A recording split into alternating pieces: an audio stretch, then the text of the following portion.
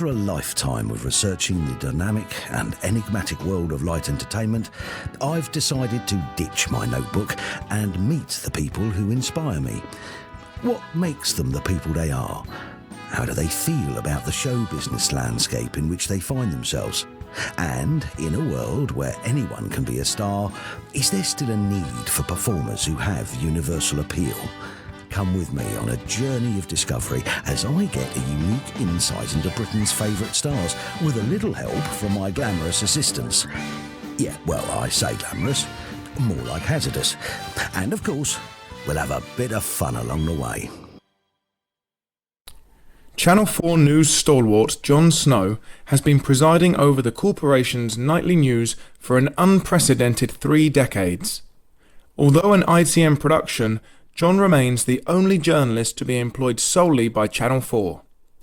Previously enjoying a long association with ITN, which saw him ascend the ranks to the anchor of the broadcaster's election night coverage in 1992, replacing the legendary Alistair Burnett.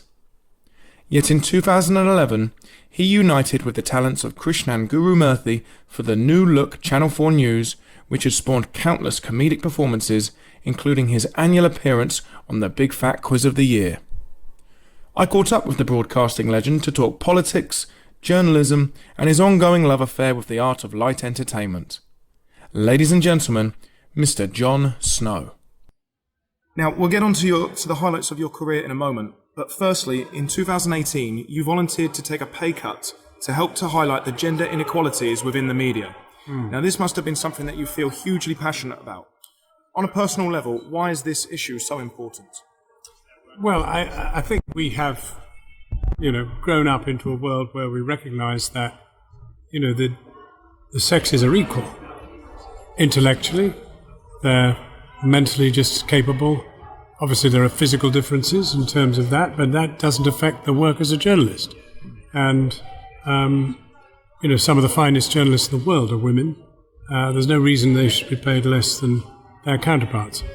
Just as an ordinary male journalist and an ordinary woman journalist, if there is such a thing, as an ordinary anybody, they should be paid the same.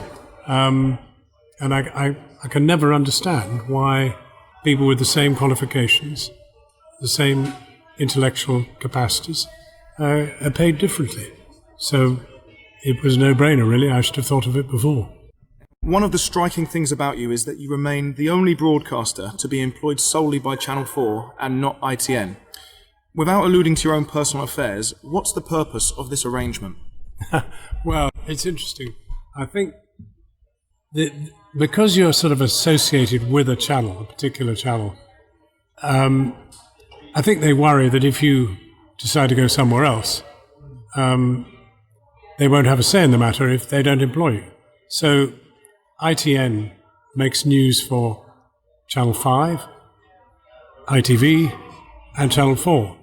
And one of them, at the time at which this happened, was nosing around looking for another newscaster. And they might have wanted to employ me. I don't think they would have. But anyway, Channel 4 decided we'd better tie him into a contract with us so none of these other characters take him away. Does that happen a lot? Yes. I mean, more between sort of Sky and ITN and Sky and BBC, etc. Channel 4, I think we're seen as a bit highbrow for some of these channels, and they don't want us. So, I don't think I would have been nicked anyway, but they wanted to tie me in. Yeah, well, you're such a valuable asset to them. That's most likely why. And joining ITN in 1976, what was your initial reaction when confronted with being in front of the camera for the very first time? It's interesting, isn't it?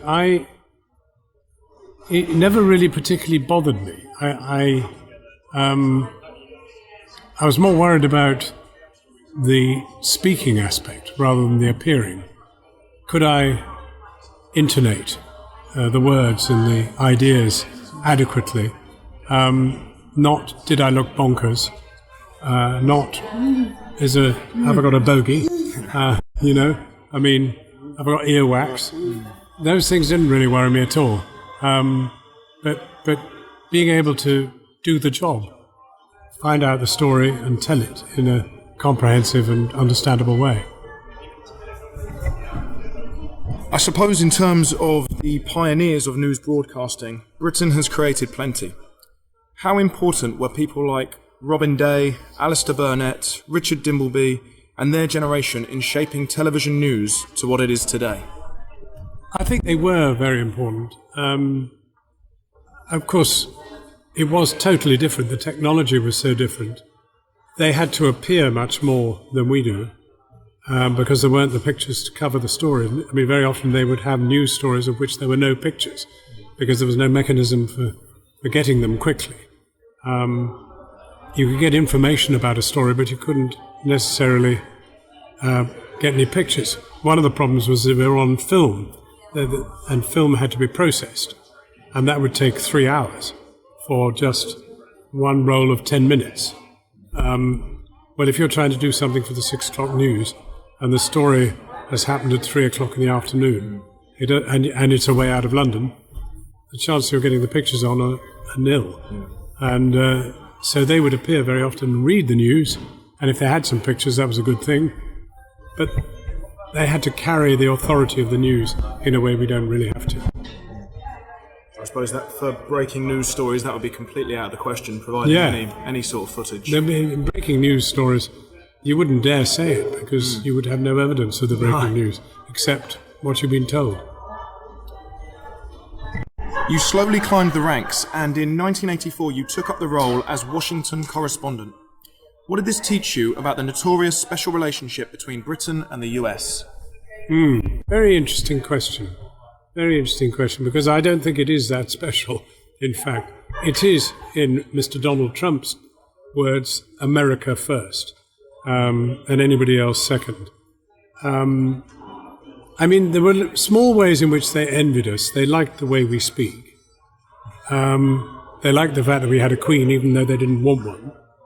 You know, they've never wanted a crown, but they envy us having one, and having one which tracks its way all the way through the centuries. You know how the queen became queen because she was the daughter of X and the granddaughter of Y, etc., etc.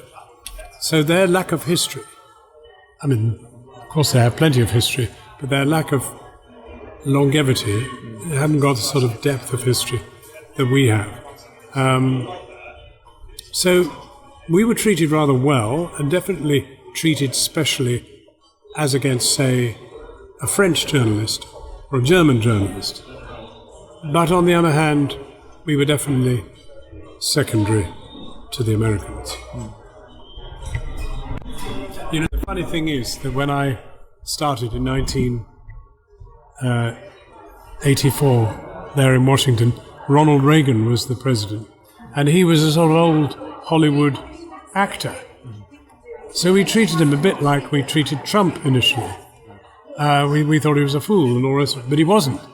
He turned out to be able to make peace with Russia, end the Cold War, and I went to all the Reagan-Gorbachev summits, which were the moments at which these things gradually worked out. And that was pretty exciting. Yeah, I bet. Yeah. What about his relationship with Margaret Thatcher? That I think was very good. I don't know if he fancied her, but they certainly respected each other, and they were both very strong-willed people. You can't really imagine that with May and Trump. Trump because he's, pretty odd, and May because she's a little bit soulless. Making a switch to Channel 4 News in 1989, what were your first impressions of this relatively new news outlet, and what makes it so unique? Well, when Channel 4 News came along, I didn't particularly want to work for them because they wanted me to be the anchor and I wanted to go on reporting because I really enjoyed travelling and getting to the story and the rest of it.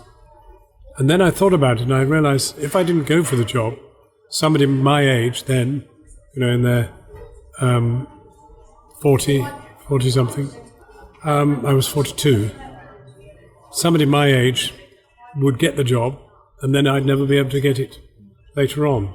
So I decided I did want to do it. Channel 4 News had a rather rocky start in 1982. It was quite there was a lot of talk and not many pictures. But it's changed, and I enjoy it very much as it is. Now, every journalist has a story about election night. Yeah. In 1992, you took the reins from Alistair Burnett, becoming the main anchor for ITN's election night coverage. How difficult is it to be the person holding such an important broadcast together? Well, I think it's easier than it looks, because you've got a fantastic team. You're being fed the whole time with information. You've got people sitting out of shot, but they're all there, handing you bits of paper. So nowadays, of course, it's all on the computer, but in those days, it was all on paper. So you'd get a note from them and a note from them, and then you'd get on the phone to Birmingham or wherever it was to see what the results were. It was exciting, and it was an endurance test. I mean, you were on for 5 or 6 hours or more, and then back on again first thing in the morning. But it was exciting. I really enjoyed it. I am a sort of political animal, I admit. In 2011, you launched the new look Channel 4 News alongside Krishnan Guru Murthy. To what extent is the success of a news programme dependent upon style and format? I think it is. There is a certain style to it. And the most interesting thing was that we got a completely new set, sort of stage set in the studio. And the problem was I was the dullest thing in it. Very boring indeed to look at. And I thought, I'm going to have to do something about this. I'm going to have to wear more colourful suits or colourful shirts. And then I said, no, that wouldn't work really. White shirts work well with colour. I know, I'll start getting into ties. And so ties became my brand. And then over time I realised that wasn't enough. So I went for socks as well. But once upon a time I did think, should I have colourful suits? It was so bloody expensive that I decided not to go that route. I suppose the ties are much cheaper, and this leads on to the next question quite well. Away from the news, you don't shy away from crossing the serious news border and are able to laugh at yourself in shows such as Big Fat Quiz of the Year.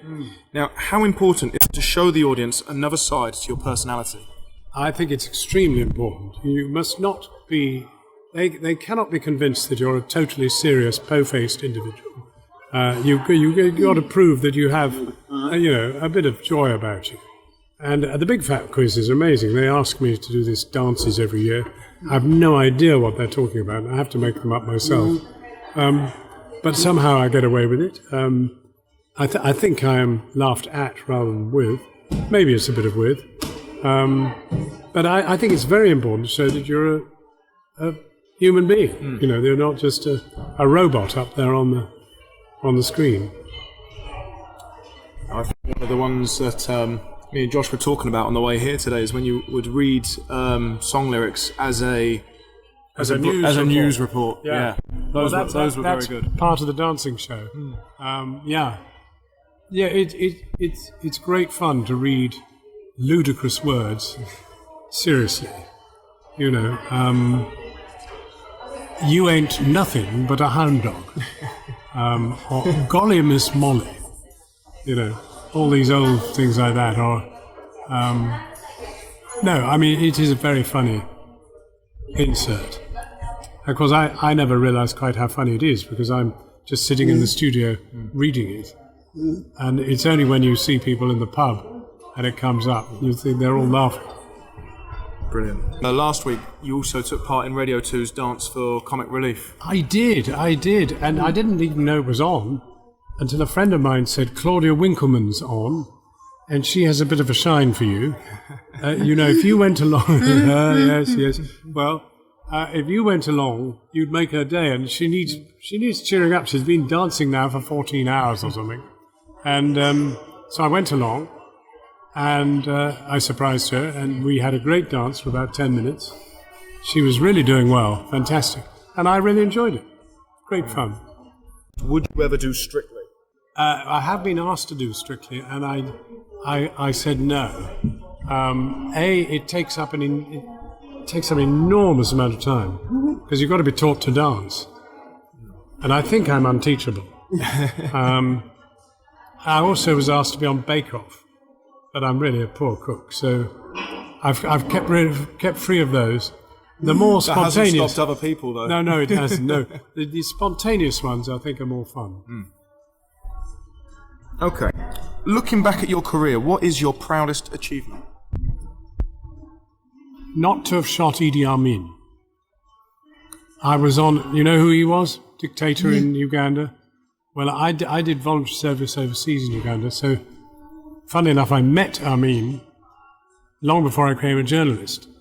He was the commander-in-chief of the army. He wasn't yet president. And my job at the school, once every couple of months, was to take kids from the school to the boxing championships in Kampala, which is about 250 miles from my school on the banks of the Nile. And guess who was in the ring as the referee? None other than Idi Amin. He really loved boxing. And, if he didn't like the way the fight was going, he'd finish it off himself. He really would. Anyway, so when I went back as a journalist, he, I think, pretended, but maybe he actually did. He recognized me. We got on okay. And I got visas to go back there and this and the other.